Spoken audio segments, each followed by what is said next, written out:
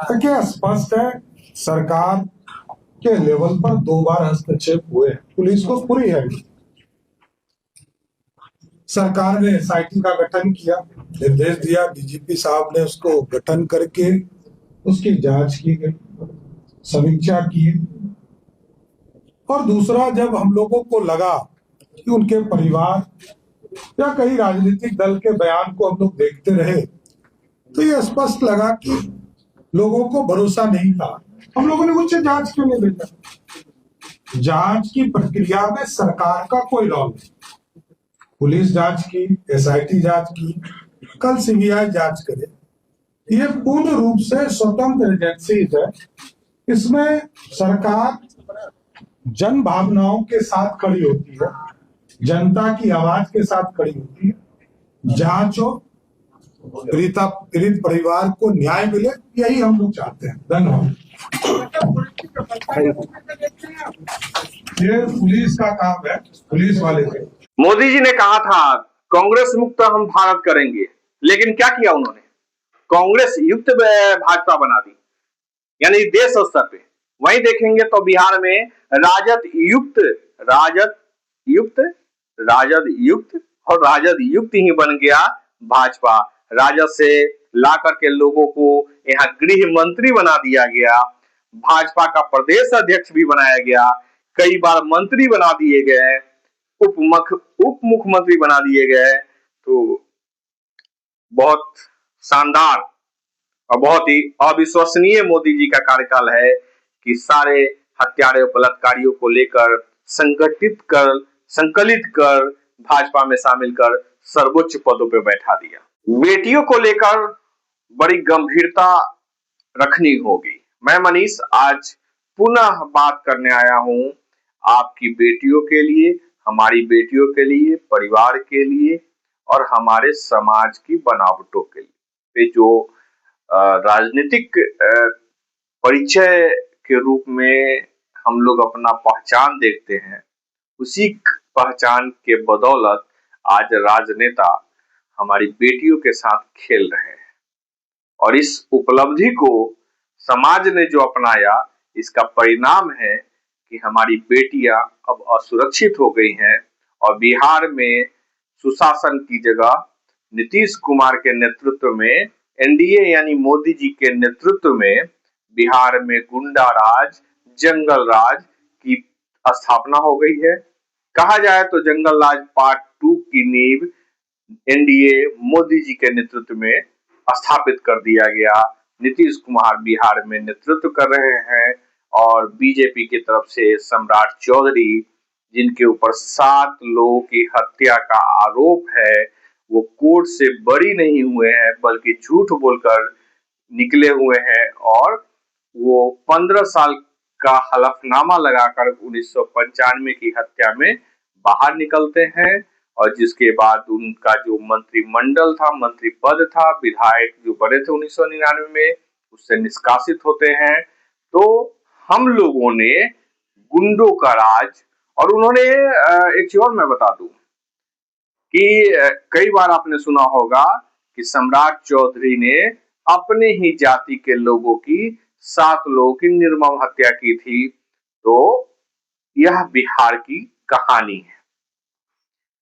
मैं बात कर रहा हूं आज पुनः उस बेटी को लेकर जो जहानाबाद के रहने वाली थी, पदियामा गांव, और वह बेटी नीट की तैयारी करने के लिए पटना आई, शंभू हॉस्टल में रहती थी। कल दोपहर से एक कहानी नई तरीके से आने लगी। प्रोपेगेंडा करने वाले चंद चाटुकार और दलाल, पत्रकारिता करने वाले पत्तल चाट जो लोग हैं, उसने भी अपनी मुंह खोलनी और शुरू कर दी है। कल एक वीडियो जारी होना शुरू हो गया। वह तब जब लड़की को यानी उस बेटी को बाहर निकालने की बात कही गई कि शंभू हॉस्टल से उसको निकालकर हॉस्पिटल की तरफ ले जाया जा रहा है, उस समय का कुछ वीडियो फुटेज जारी किया गया। लेकिन यह जारी नहीं अब तक हो पाया कि जब वो आती है और आने के बाद इस घटना के बीच का वीडियो गया कहां, इस पे बात नहीं होती है। न प्रशासन बात रख रही है, न चाटुकार दलाल जो पत्रकार है, चटुकार है, वो इस ओर ध्यान आकृष्ट कर रहे हैं। लेकिन इसमें बड़ा मजेदार चीज यह है कि जो लड़का उस बच्ची को, बेटी को उठा करके ले जा रहा है, उसके पीछे जो एक पूरा का पूरा कपड़ा जो आप देखते हैं, अब कंबल हो, जो भी चादर हो, वह खून से लथपथ वह कपड़ा लेकर भागा जाता है और उसे मिटा दिया गया होगा। यह सब प्रक्रिया का एक हिस्सा था। बिहार में बहार है और नीतीश कुमार है। यह नारा देने वाले प्रशांत किशोर ने जब बिहार की राजनीति में अपना कदम रखा, तो सम्राट चौधरी के उप मुख्यमंत्री रहते हुए उस व्यक्ति ने, प्रशांत किशोर ने बताया कि बिहार में जो गृह मंत्री, मतलब उस समय गृह मंत्री नहीं थे, उप मुख्यमंत्री हैं, जो बिहार में पुनः चुनाव लड़ने जा रहे हैं और बड़े दावेदारी है और मुख्यमंत्री बनने के उम्मीदवार हैं, वह व्यक्ति का कद कैसा है। और विधानसभा 2025 के चुनाव का जैसे ही समापन होता है, बिहार में पुनः उप मुख्यमंत्री बनाए जाते हैं सम्राट चौधरी, और गृह मंत्रालय नीतीश कुमार से लगभग 20 साल के बाद ले लिया जाता है और गृह मंत्री के रूप में उस व्यक्ति को स्थापित किया जाता है।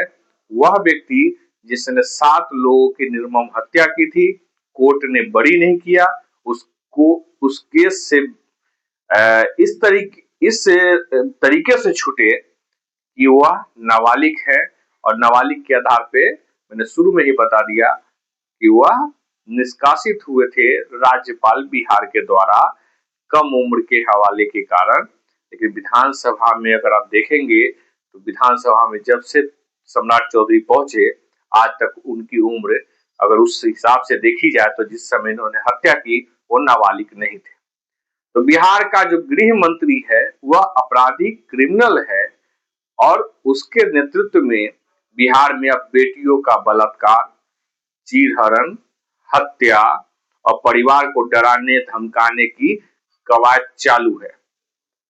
यह उसी तरीके से कवायद है जिस तरीके से बिहार ही नहीं, मतलब भारत की राजनीति में, उस राजनीति की मैं बात कर रहा हूं जब यहाँ अंग्रेज आए और अंग्रेजों ने भारत के अंदर एक पुलिसिंग सिस्टम तैयार किया, सैनिक सिस्टम को हटाया और पुलिसिंग सिस्टम लगाया, और पुलिसिंग सिस्टम उसमें आईएएस, आईपीएस ये सभी लोग आए, और उस सिस्टम का ही परिणाम है जो आज हमें पुलिस के रूप में दिखता है। आप देखते हैं कि किस प्रकार से पुलिसिंग व्यवस्था में इस तरीके से जो प्रथम एसएचओ रही, जिसने इस केस को 4-5 दिनों तक घुमाया, साथ ही साथ जब घटना यानी कि बेटी की मौत हो जाती है, हत्या हो जाती है, मृत घोषित हो जाती है, उसके बाद उस संचालिका को उठाकर वो लाती है और राजनीतिक दबाव के कारण उसे छोड़ दिया जाता है। उस एसएचओ को किसने फोन किया, इसका खुलासा बिहार के न डीजीपी करते हैं, न एसएसपी करते हैं, और न सम्राट चौधरी की औकात है कि वह खुलेआम यह बता दे कि किस मंत्री के, किस नेताओं के कहने पर उस संचालिका को छोड़ दिया गया। साथ ही साथ अब तक जो सीसीटीवी फुटेज गायब है और उसके बाद का सीसीटीवी दिखाया जा रहा है, यह जो नाटक के पिछले 24 घंटे से चल रहा है, यह कौन सी प्रक्रिया के तहत है।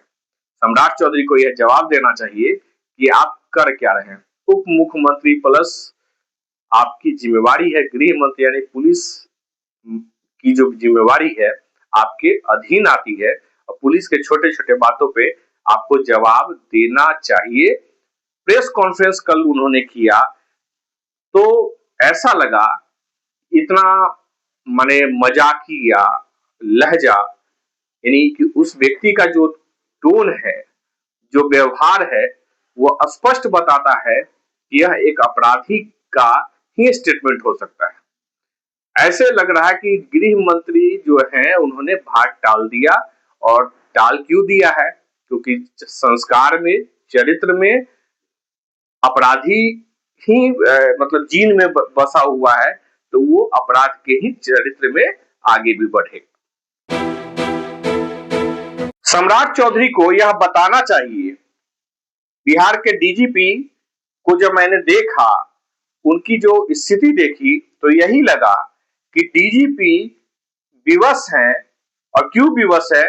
क्योंकि बिहार के अंदर या भारत के अंदर राजनेताओं को जनता ने इतना मत देकर के मतवाला कर दिया है कि वह सर्वोपरि बन गए, और वो किसी अधिकारी पदाधिकारी की इज्जत प्रतिष्ठा, और जैसे बिहार पुलिस की प्रतिष्ठा पूरे विश्व में आज धूमिल हो गई, इसके लिए जिम्मेवार अगर कोई है तो वो है बिहार का गृह मंत्री और नीतीश कुमार की चुप्पी, जिससे बार बार कहा जाता है कि नीतीश कुमार बीमार है और किसी काम के नहीं है। उनकी एक्टिविटी बताती है कि वो बीमार है। तो शायद यही बात है कि नीतीश कुमार इतनी बड़ी घटना पर अगर सम्राट चौधरी के कारण चुप है, तो ये बड़े दुर्भाग्य की बात है।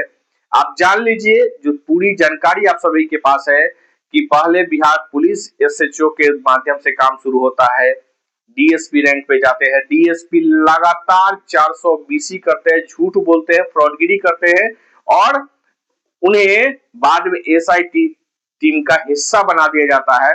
उस एएसपी को जो महा फ्रॉड, महा मतलब उसकी भाषाएं आप देखेंगे तो बहुत अमर्यादित और गुनहगार को पोषित करने वाला वह व्यक्ति, जो कहा एसआईटी की टीम का हिस्सा है, एसआईटी किसी नतीजे पे नहीं पहुंच पाई, एसएसपी और डीजीपी तक जबरिया तरीके से परिवार को यह कहा गया कि आप स्वीकार करो कि आपकी बेटी ने आत्महत्या किया है, जबरदस्ती किया है।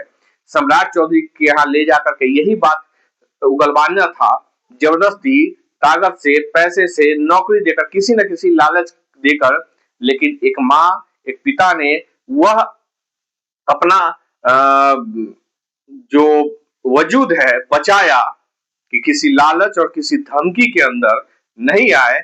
यही जहानाबाद की पहचान रही है, और जहानाबाद का लोग इतना मजबूत होता है वो देखने को मिला। और समाज को इस बारे में सोचना होगा कि बेटियों का सौदा राजनीतिक रूप से करने की जगह अब खड़े रहेंगे तो क्या हो सकता है। यही हो सकता है कि बिहार के डीजीपी मौन और अपने चरित्र को गिरा देने का काम किया। उन्होंने अपने पूरे जीवन की कमाई सम्राट चौधरी के चरणों में रख दिया बिहार के डीजीपी ने। यह बड़े दुर्भाग्य की बात है, और वही तरीका है कि हमने जो कहा वही सही, और इसका परिणाम यह है कि डीजीपी की प्रतिष्ठा के साथ साथ बिहार की पूरी पुलिसिंग व्यवस्था का सत्यानाश कर दिया गया सम्राट चौधरी के इशारे पे, सम्राट चौधरी के दबाव पे। शायद अगर डीजीपी यहाँ पे अगर रिजाइन दे देते बिहार पुलिस से, तो एक बड़ी कहानी शुरू हो जाती, समाज को एक नई दिशा मिलती, पुलिसिंग व्यवस्था पे एक बड़े बदलाव का नींव रख दिया जाता। हिंदुस्तान नहीं, पूरा विश्व विनय कुमार को एक हीरो के रूप में देखता, समाज की प्रतिष्ठा के रूप में देखता। साथ ही साथ बिहार पुलिस का सर एक चांद तक पहुंचाने का उनके ऊपर मतलब एक प्रतिष्ठा का प्रतीक चिन्ह के रूप में वो बनते। लेकिन विनय कुमार ने यह सिद्ध कर दिया कि राजनीतिक चाटुकारिता और दलाली में उन्होंने कितना खोया, और सिर्फ खोया है व्यक्तिगत तौर पे, और पुलिसिंग व्यवस्था को भी उन्होंने बिहार पुलिस को खत्म और सत्यानाश में मिला दिया। मैं बात जो करने जा रहा हूं उसमें आप ध्यान देंगे तो आप देखेंगे कि एसआईटी ने कुछ नहीं किया, और साथ में पैरेलल सीआईडी यानी कि बिहार की सीबीआई कहें तो सीआईडी ने जो जांच किया उसमें 59 क्वेश्चन एसआईटी एवं पुलिस को सबमिट किया, डीजीपी को सबमिट किया, बिहार के गृह मंत्री को सबमिट किया कि 59 पॉइंट पे पुलिसिंग और एसआईटी ने काम नहीं किया। वो एसआईटी और पुलिस के जो एसएचओ हैं उन सभी के कार्यशैली पर 59 सवाल किए, 59 तरीके बताए कि यह इन विषयों पर इन जगहों पे जांच की आवश्यकता थी, इस पे ध्यान देना था, वो नहीं हुआ। इन सभी के बीच विधानसभा बिहार का आज से शुरू हुआ, विधानसभा के सत्र के शुरू के डर से 2 दिन पहले सम्राट चौधरी ने एक राजनीतिक षड्यंत्र करते हुए सीबीआई को यह केस सुपुर्द कर दिया, जबकि परिवार के लोगों ने उच्च स्तरीय जांच, निष्पक्ष न्याय की बात की। जहां पे आप देखेंगे कि मैं एक स्टेटमेंट आपको अभी सुनवाता हूं, सुनिए कि बिहार के उप मुख्यमंत्री, जो दूसरे उप मुख्यमंत्री हैं विजय सिन्हा को आगे कर दिया गया, इसलिए कि विजय सिन्हा उसी जाति से आते हैं जिस जाति की बेटी का बलात्कार हुआ, इज्जत लूटी गई, और उसका, क्योंकि भाजपा पार्टी में विजय सिन्हा है, तो भाजपा की इज्जत बचाने के लिए भाजपा के लोगों ने, भाजपा के शीर्ष नेतृत्व ने विजय सिन्हा के मत्थे पे एक फोड़ दिया है कि भाई थोड़ा आप संभालिए, नहीं तो भाजपा की इज्जत चली जाएगी। और विजय सिन्हा ने भी अपनी जो प्रतिष्ठा है वो दांव पे लगा दी। आज विजय सिन्हा जी ने जो विधानसभा सत्र के चलने के समय उन्होंने जो स्टेटमेंट दिया है उसे सुन लीजिए, तो आपको समझ में आएगा कि उनकी आंखें और उनकी जो मुंह है, उनकी बोली जो है वो मैच नहीं कर रहा है।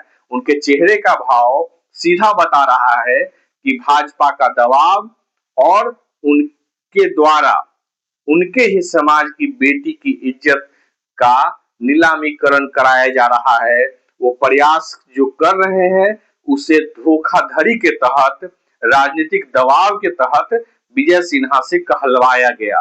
सुन लीजिए विजय सिन्हा जी ने क्या कहा है विधानसभा बिहार में। उन्होंने आज अपना वक्तव्य रखा है, उसे सुनिए। है वो यहाँ पे धरना प्रदर्शन और विरोध जता रही है। निश्चित तौर पर हमने उसके परिवार से मिलने गया था, उनके परिवार के लोगों ने मांग भी किया। हमने डीजीपी साहब से, गृह मंत्री जी से हमने कहा, माननीय मुख्यमंत्री जी ने सीबीआई को सुपुर्द कर ये स्पष्ट कर दिया कि कोई अपराधी नहीं बचेगा, सत्य उजागर होगा और जनता के साथ सरकार खड़ी है। विपक्ष जो है यहाँ पे पुरजोर विरोध कर रही है। मामले को डीजीपी पर आरोप लग रहा है कि मामले को रफा दफा किया। कोई रफा दफा नहीं करेगा।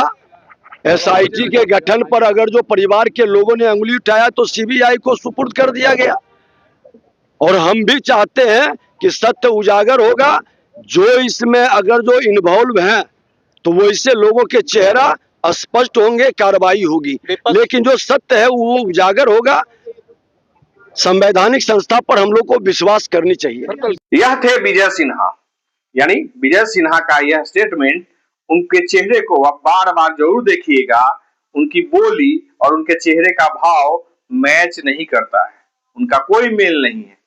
वहीं आपको मैं एक और वीडियो सुनवा रहा हूं, जो कांग्रेस के नेता हैं कमरुल होदा, जो कांग्रेस के विधायक हैं, उन्होंने जो कहा है यह बड़ी ही मार्केबल बात है और बहुत ही बड़ी बात है।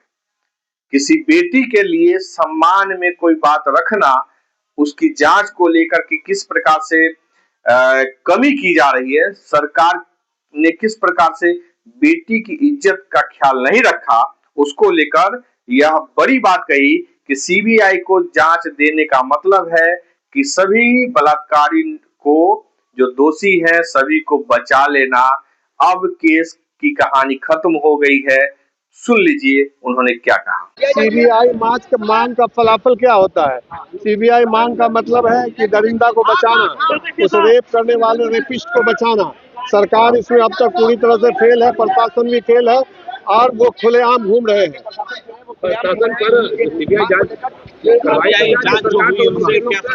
सरकार की जांच से संतुष्ट नहीं है, इस पर कार्रवाई होनी चाहिए। अविलंब जो आरोपी है उस पर कार्रवाई हो, वो पकड़े जाएं, वो जेल के सलाखों के पीछे जाएं और उस पर कार्रवाई हो। ये जो लोग रेपिस्ट हैं, जो लोग रेप किए हैं, जो दरिंदा हैं, उनको भी बचाने का और उसके पीछे में जो लोग खड़े हैं उनको भी बचाने का प्रयास किया जा रहा है।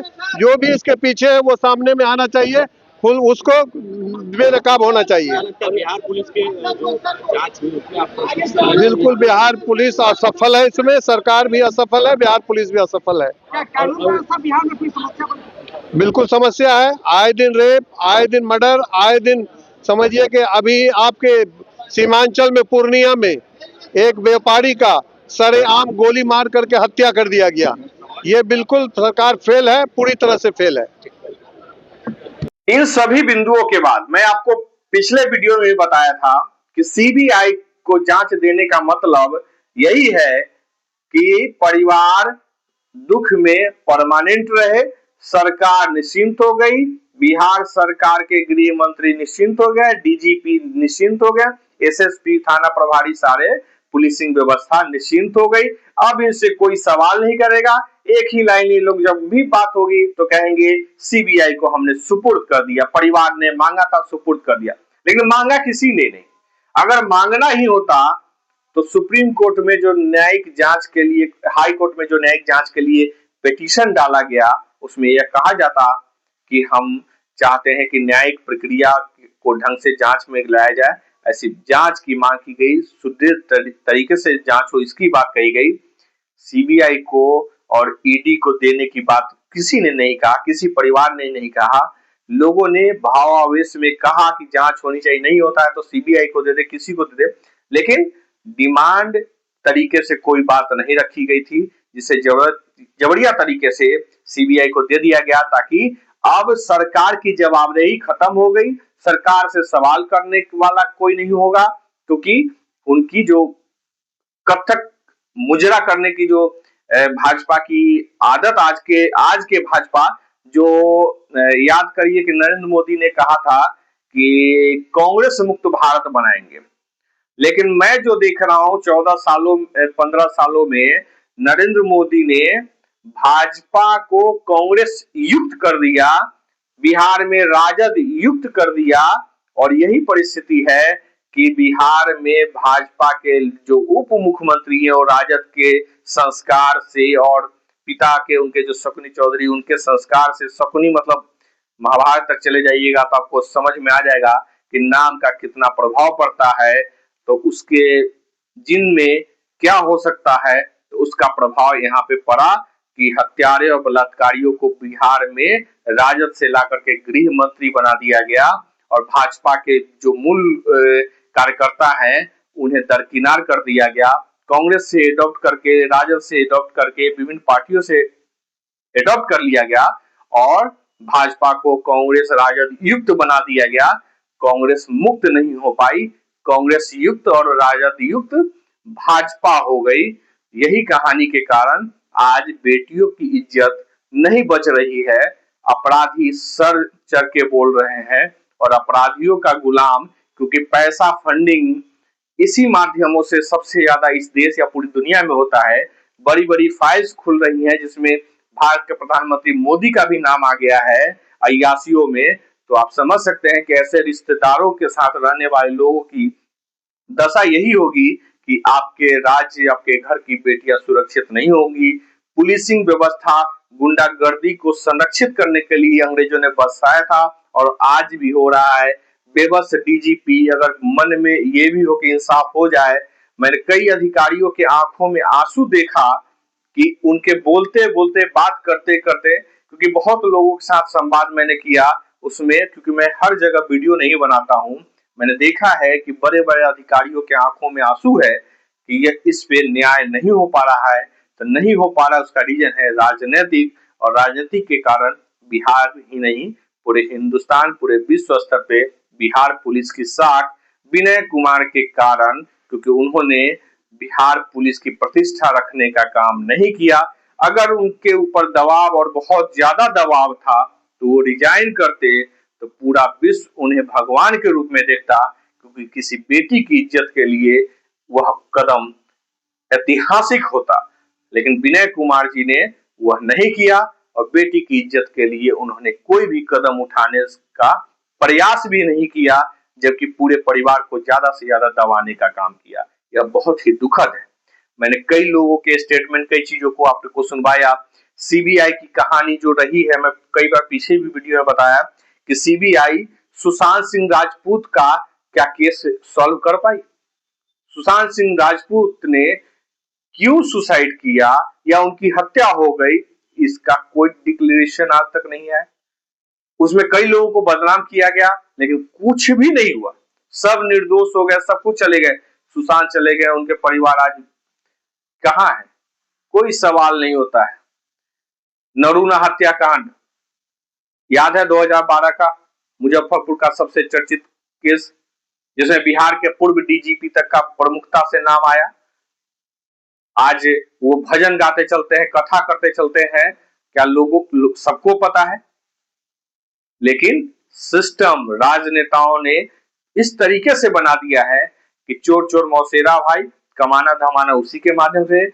कितनी लड़कियां हमारे देश की गायब हो रही है। खुशी 6 साल की बच्ची 2021 में गायब हो गई, 5 साल से ऊपर हो गए, अब तक खुशी का कोई पता नहीं है। यशी सिंह मुजफ्फरपुर से गायब हो गई, कोई पता नहीं है।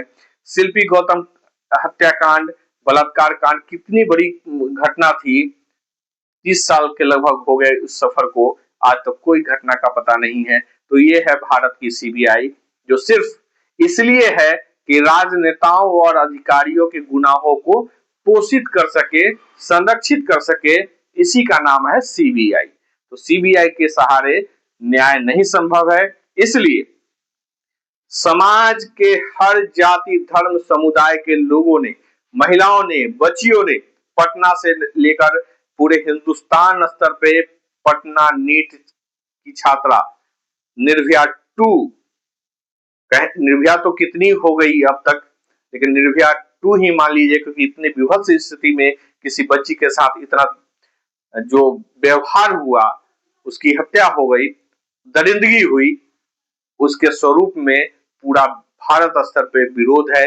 विश्व स्तर पे भी कई जगहों से कमेंट पोस्ट सब आ रहे हैं, लेकिन बिहार सरकार और बिहार के गृह मंत्री सुनने को तैयार नहीं है।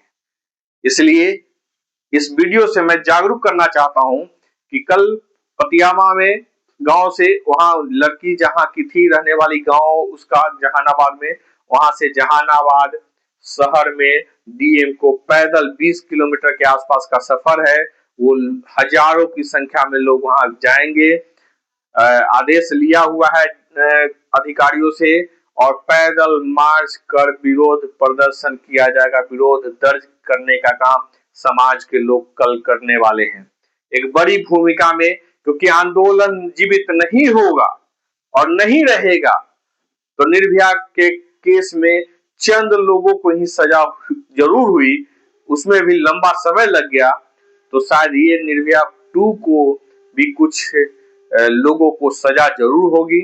और जो खुलेआम या पीछे से सपोर्ट लोग कर रहे हैं, उनमें से भी कई लोगों ने, कई राजनेताओं के बच्चे, कई नेताओं के संबंध और कई लोगों के वजूद पर सवाल करना शुरू कर दिया है। इसमें पप्पू यादव ने कई लोगों का नाम स्पष्ट भी लिया, तेजस्वी भी ने लिया, अब धीरे धीरे कई लोग ले रहे हैं, जो नहीं ले पा रहे वो बैक से भी ले रहे हैं।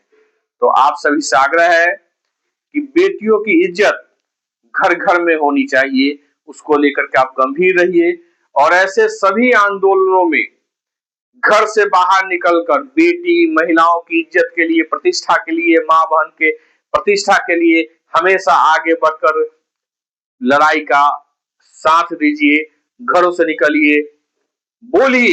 नहीं बोलिएगा तो आपकी बेटियों की इज्जत, आपकी माता बहनों की इज्जत नहीं रहने वाली है।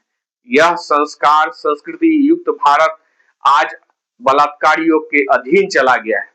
पूरा गृह मंत्रालय आप भारत सरकार से लेकर के राज्यों की सरकार में देखेंगे, सारे हत्यारे, बलात्कारी और तरीपार लोगों का कब्जा हो चुका है। यह लोकतांत्रिक देश तथाकथित बन चुका है। यहाँ आज हिटलर और खिलजी जैसे लोगों की तरीके से शासन व्यवस्था चलाई जा रही है। सबको मारो, काटो, पीटो, बस शासन होना चाहिए। इससे बड़ा सबूत क्या होगा कि बिहार का गृह मंत्री 7 लोगों की का हत्यारा है और उम्र छुपाकर जेल से बाहर निकला।